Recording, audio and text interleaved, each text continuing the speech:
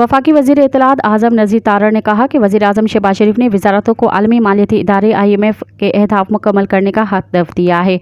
वज़ीर आज़म ने हर वज़ारत के लिए अहदाफ मुकर्रर किए हैं। लाहौर में प्रेस कॉन्फ्रेंस करते हुए उन्होंने कहा कि वज़ीर आज़म ने कारकर्दगी को जांचने का तहिया किया है।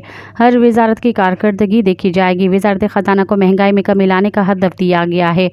ये भी देखा जाएगा कि किस वज़ारत ने किस हद तक अपना हदफ मुकम्मल किया है। अता तारड़ का कहना था कि ये पहली बार हुआ है कि तहरीरी तौर पर पहली बार वज़ारतों को हदफ दिए गए हैं।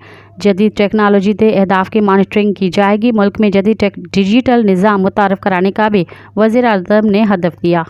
मज़ीद ख़बरनि ऐं तफ़सीलात लाइ विज़िट कयो असांजी वेबसाइट www.awamiNewsHD.com ऐं ॾिसंदा रहो अवामी न्यूज़ HD।